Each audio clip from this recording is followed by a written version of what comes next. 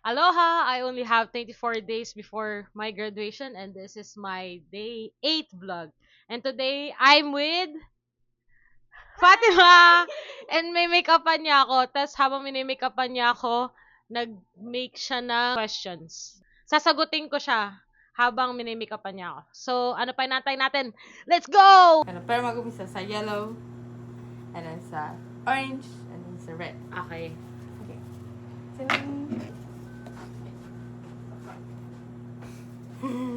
Umpisan mo na ba? Gusto mo bang mag-headband ako? Okay. Sige. If you could switch lives with someone for 24 hours, who would it be? Why? Anne Hathaway siguro. Ooh. Kasi, ewan ko, gusto ko lang ma-feel na ano feeling nung sobrang maganda. Super. And ano feeling nung sikat ka, feeling din ng parang limited yung galaw mo, hindi ka makapunta in public. Siya yung pinaka nagagandaan ako na artist sa Hollywood. Orange. Orange. Orange.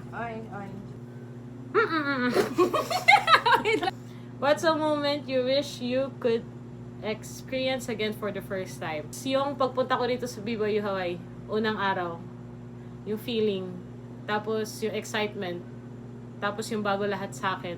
Tapos yung ito. Mag-ahit ako ng kilay ha. Yeah. Ay, ayos din na ahitin mo na. Kasi nga sa Sabado.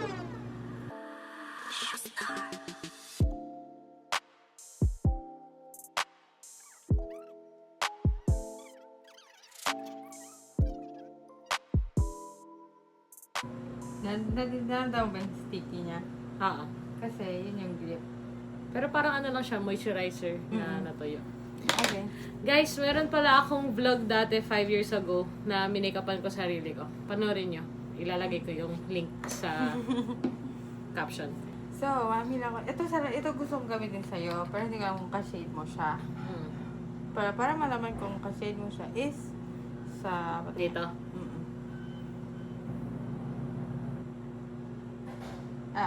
Lumabas talaga.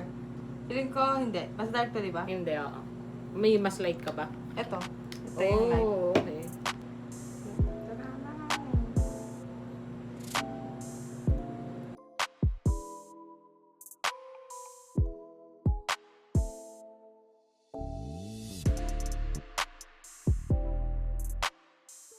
Ganon. Sige, kumaka ng tanong. Red. Red. What's the funniest way you've ever gotten caught doing something stupid? Oh, nagda-dress up ako. Nag-dress up. Ginagamit ko yung polo ng lolo ko. Tapos sa salamin ng lolo ko, nagpo-post-post, gano'n. Tapos pumasok yung lola ko. Tapos parang sinabi ko na lang sa lola ko na meron akong project na ginagawa na kailangan kong mag-dress up as lalaki. Ilan taon ka nun? Grade 3.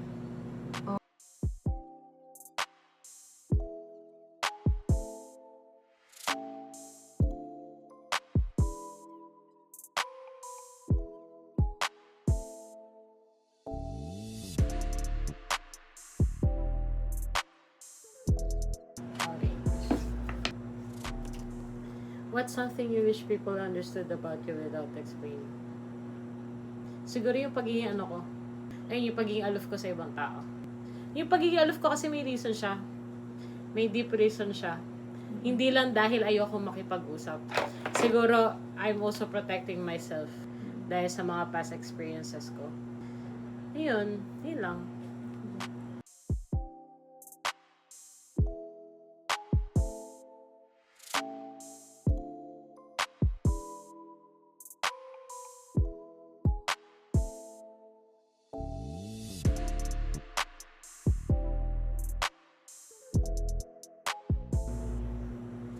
Aray!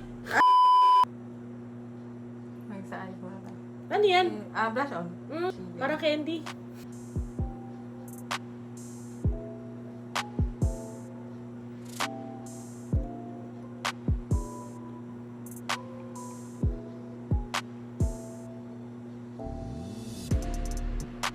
Okay, kuha ka palang question. Yes. What's the most petty thing you've ever done? Pinakamababaw siguro, nung time na I feel down, pero sa mababaw na dahilan lang, tapos pumunta ako sa town, then bumili nga ako ng PlayStation 5. For me, mababaw yun.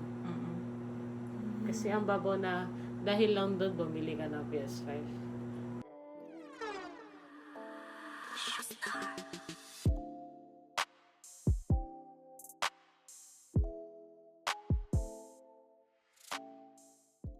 A few moments later. Wow. Yeah. Alam mo, parang kang mag-cheerleader. That is it for my day 8 vlog. Thank you kay Fatima sa pag-makeup sa akin and sa mga questions na pinipare niya. And ayun lang, guys. See you again tomorrow. Bye! Mahalo!